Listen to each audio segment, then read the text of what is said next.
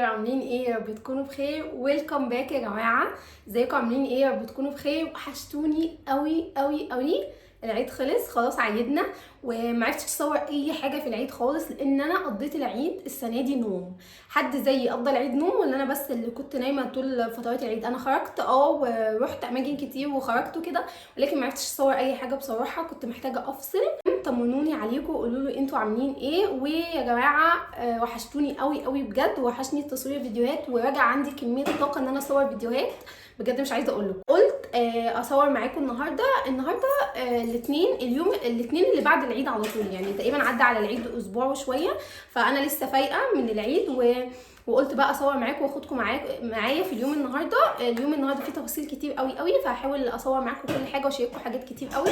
والفتره الجايه يا جماعه هنعمل فيديوهات مع بعض تحفه. زي ما قلت لكم انا عندي حاجات كتير قوي قوي تتعمل النهارده. الساعه دلوقتي 12:30، انا صليت الظهر. انا يا جماعه مش عارفه اظبط نومي خالص بعد رمضان، يعني انا كنت بصحى في رمضان الساعه 1 2، وده مش نافع خالص مع الايام العاديه، فاهمين؟ لان احنا يعني الاكل بيحتاج يتعمل بدري اكتر من رمضان. مش هنتغدى اكيد على المغرب عشان معايا طفله، فانا محتاجه اظبط نومي. فقولوا لي يا جماعه انا بس نومي اللي متلخبط ولا انتوا كمان؟ وبتظبطوا نومكم ازاي؟ المهم، وكمان بناء على ان انا بصحى متاخر فما بيبقاش ليا نفس خالص ان انا افطر، على عكس لما اكون صاحيه بدري لا بيبقى عندي طاقه ان انا افطر وبعمل حاجات كتير قوي في اليوم. فانا عملت النسكافيه بتاعي بس وهشربه، وكده هنبدا في الغدا على طول عشان انا ما فطرتش، فاكيد هجوع بدري يعني وهحتاج اتغدى بدري. انا طلعت نص كيلو بانيه بس انا مش عارفه هعمل بيه ايه بجد، يعني انا مش عارفه هعمل بيه ايه. وانا ما طبختش من يوم الوقفه بتاعه رمضان غير مره واحده بس، اول امبارح تقريبا او امبارح عملت مكرونه وايت صوص، وراها هحطها لكم هنا بقى لحد كده. ويلا نشوف ورانا ايه في اليوم النهارده.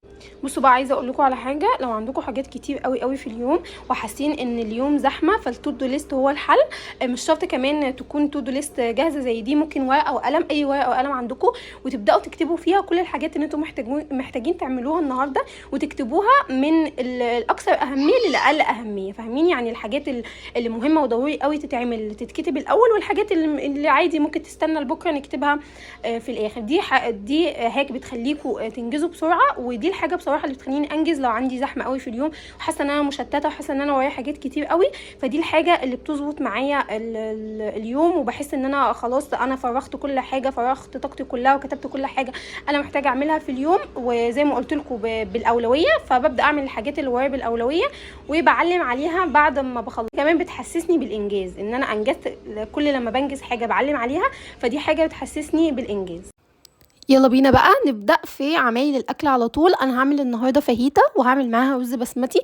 هشارككم طريقه الفاهيتا بالظبط لان الفاهيتا النهارده كانت خطيره، ودي اول مره اعمل الفاهيتا بالطريقه الاصليه بتاعتها المظبوطه من ساعه ما اتجوزت. يعني انا على طول بعمل شاورما، انما الفاهيتا بالطريقه المظبوطه اللي انا عملتها النهارده دي لا، كانت اول مره اعملها واول مره اجربها. وانا عملتها بطريقه هبه ابو الخير، وهقول لكم برده التفاصيل عشان لو ما حدش عايز بيشوف الفيديو بتاعي ومش عايز يروح يشوف فيديو هبه ابو الخير تضييع وقت يعني. فهقول لكم بالتفاصيل الطريقه. اول حاجه انا جبت الكاتنج بورد بتاعتي وقطعت الخضار اللي عندي، اي خضار انتوا تحبوه، ولكن الخضار اللي بيتحط مع الفاهيتا هو بصل ابيض وفلفل اخضر وفلفل الوان، سواء اصفر او احمر، او لو عندكم الاثنين حطوه عادي مفيش مشكله. بعد كده بقى على نفس الكاتنج بورد عشان دي اكبر واحده عندي وتاخد كميه الفراخ كلها، حطيت ولكن على الناحيه الثانيه، يعني مش الناحيه اللي قطعت عليها الخضار، الناحيه الثانيه اللي ما قطعتش عليها حاجه. بدات اجيب صدور الفراخ المغسوله والمتصفيه، يعني انا غسلتها كويس قوي بليمون وملح وصفيتها، وبعد كده بدات افردها على الكاتنج بورد، وجبت مناديل ونشفت الصدور بتاعه الفراخ. لازم نعمل الحركه دي، والحركه دي يعني مهمه علشان لما نبدا نتبل صدور الفراخ او البانيه بالتتبيله او بالبهارات اللي انا هقول لكم عليها دلوقتي، البهارات تثبت في الصدور. لكن لو في ميه على الصدور فده بيخلي ان البهارات ما تثبتش خالص وتتزحلق من على البانيه. المهم انا البهارات اللي انا حطيتها هنا، حطيت كمون، قرفه، بابريكا وملح، بس دي الحاجات اللي انا حطيتها، ودي البهارات الفاهيتا بالظبط اللي بتتحط عليها. وبعد كده زي ما انتم شايفين بايدي، انتوا عايزين تلبسوا جلافز براحتكم، بس انا يعني ما بحسش ان الفراخ اتبلت بضمير غير لو استخدمت ايدي. هبدا بقى ادعك كل البهارات اللي انا حطيتها دي. وبعد كده جبت جريل، طاسه، حله، اي حاجه عندكم بس تكون حاجه واسعه. بس انا بفضل الجريل اكتر مع انها بهدلت لي البوتاجاز النهارده، ولكن الجريل بتدي افضل نتيجه. حطيت فيها شويه زيت وسبتها لما الزيت يسخن قوي قوي والطاسه تسخن قوي. وبعد كده بدات انزل بصدور الفراخ، وهسيب صدور الفراخ لما تاخد لون من الناحيتين، يعني تاخد لون بني شويه من الناحيتين.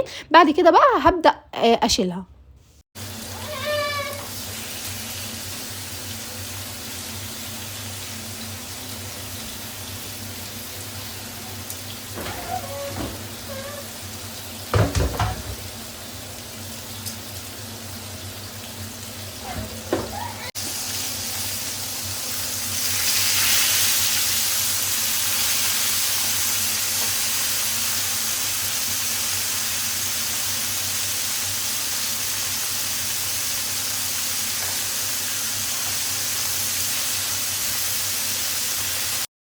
بعد بقى ما الفراخ اخدت لون خلاص، شايفين اللون اللي هي كانت اخداه، كانت واخده لون تحفه، وكمان قربت على السوا، يعني الصدور عشان رفيعه قوي فهي خلاص قربت تستوي. بعد كده بقى انا هنا جبت ليمونه ونص، يعني الليمون كان صغنن شويه، والخطوه دي لازم يا جماعه الفهيده بتحب الليمون.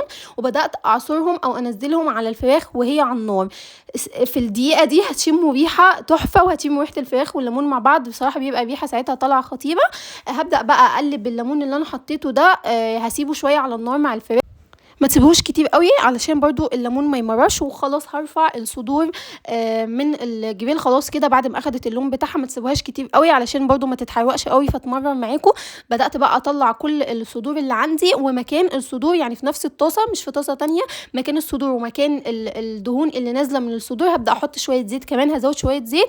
وبعد كده هحط الخضار اللي عندي كله يتشوح او يتبل شويه.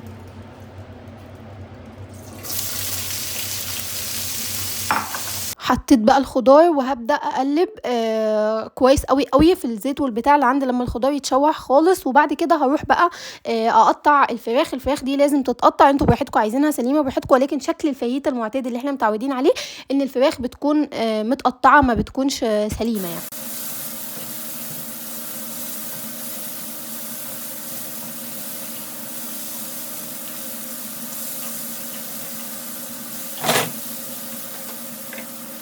هنا بقى قطعت الفراخ بس كنت بقى يعني ما كانت سخنه قوي قوي، فبدات امسكها بالشوكه كده، اسندها بالشوكه واقطع بالايد التانية بالسكينه. دي كانت اسهل طريقه لانه كانت سخنه قوي فما كنتش هعرف اقطعها بايدي، وطريقه ألذ يعني من ان احنا نمسك الفراخ بايدينا.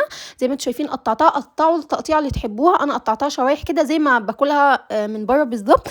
واللي خلاني يا جماعه اجرب ان انا اعمل الفاهيتا في البيت، انا قلت لكم قبل كده لما كنا خارجين، قلت لكم ان انا بحب قوي دايما اطلب الفاهيتا من بره واكلها من بره، فانا عملتها زي ما باكلها من بره بالظبط. بصراحه ما ندمتش، هي اي نعم خطواتها كتير حبتين، ولكن لا طلعت بالظبط طعمها زي اللي انا باكلها في الكريب بره.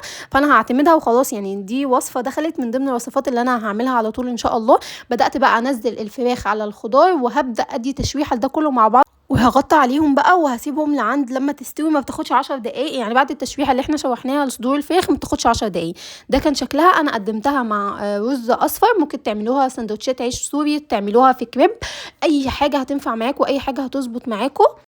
خلاص خلصنا الغدا وشطبت المطبخ سريعا قوي كده، يعني ما ظبطتوش زي ما بظبطه كل مره، ولكن عشان انا نازله هنزل في كام حاجه كده ناقصه البيت فهنزل اشتريها، يعني البيت ناقصه كام حاجه كده فهنزل اشتريها.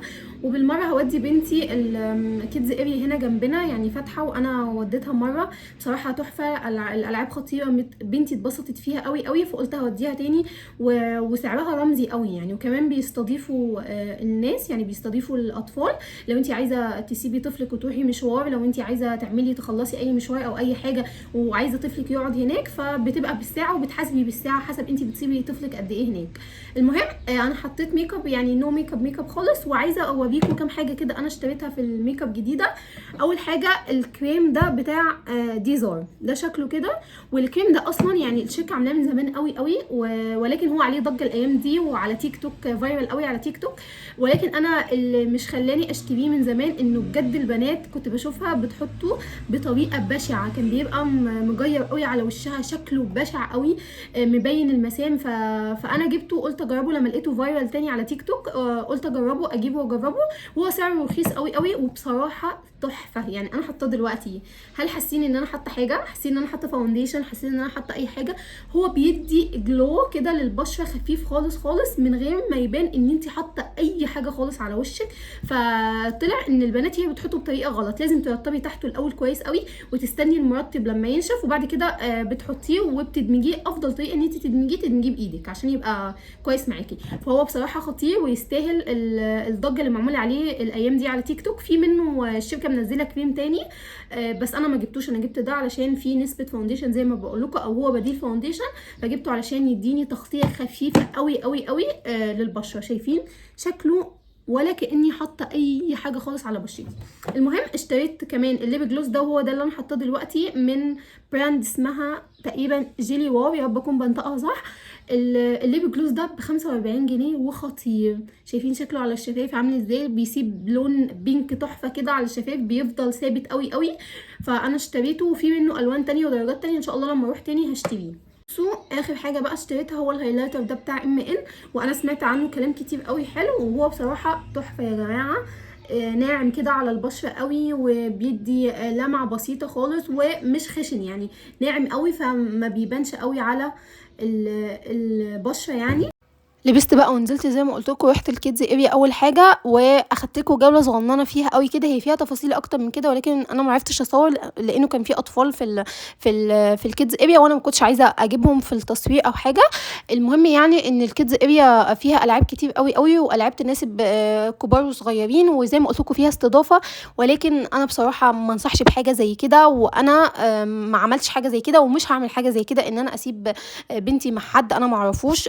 اكيد مش هيخافوا عليها زي ما انا بخاف عليها يعني. فلا، ما تعملوش كده يا جماعه غير لو مضطرين قوي قوي. انا شفت ناس هناك سابت اطفالها وراحت تخلص مشاوير وراها، ولكن لا، انا ما انصحش بحاجه زي كده ابدا ابدا. هو انا سبت بنتي في الكيدز اريا، ولكن مع باباها بصراحه ما امنتش خالص خالص انه انا اسيبها مع يعني لوحدها او مع حد من اللي موجودين في الكيدز اريا. فانا سبتها مع باباها، واروح انا بقى اشتري الطلبات اللي انا عايزه اشتريها يعني. لسه راجعه من بره حالا. تعالوا بقى اوريكم الحاجات اللي انا اشتريتها سريعا كده. هي برضو حاجات اساسيه يعني، فاهمين؟ اول حاجه اشتريتها هو الاريال ده، او جيركن الاريال ده تقريبا 2 لتر ونص، وكان عليه عرض ب150. هو عاده بيكون غالي قوي يعني، بيكون سعره فوق ال 200 جنيه، فهم كانوا عاملين عليه عرض ان هو ب150 بدل 200 كده. اشتريت مناديل السحب دي بتاعه فاميليا، ودي الثلاثه مع بعض كانوا عاملين 70 جنيه.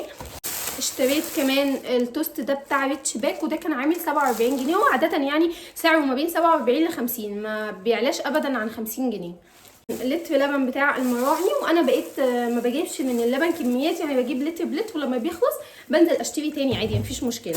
وجبت الزيت ده بتاع عافيه، ده زيت عباد الشمس. انا بحب زيت عافيه سواء الدور او عباد الشمس، الاثنين تحفه. الزيت ملوش طعم، ملوش ريحه، ملوش اي حاجه. هو غالي حبتين يعني، ده مش مكمل لتر، ده 700 مللي ب 71 جنيه. بصوا اشتريت كمان نوع الصلصه ده، وده مش فاكره سعره قوي، بس كان سعره تحت ال 20 جنيه. اشتريت بقى يا جماعه، واللي انا عايزه اقول لكم عليه، اللاتيه كارمل ده بتاع بونجور. ده خطير، ده احلى لاتيه انا شربته في حياتي. طعمه تحفه، طعم الكارمل فيه باين قوي، فخطير. الكيس عامل 10 جنيه، هو غالي شويه، ولكن بالنسبه لطعمه لا تحفه. واشتريت كمان اخر حاجه الفانيليا دي بتاعه كوكس. بس دي كل الحاجات اللي انا اشتريتها. هقفل بقى معاكم الفيديو لحد هنا، وهحاول انزله لكم ان شاء الله النهارده. اشوفكم ان شاء الله في فيديو جديد على خير. باي باي.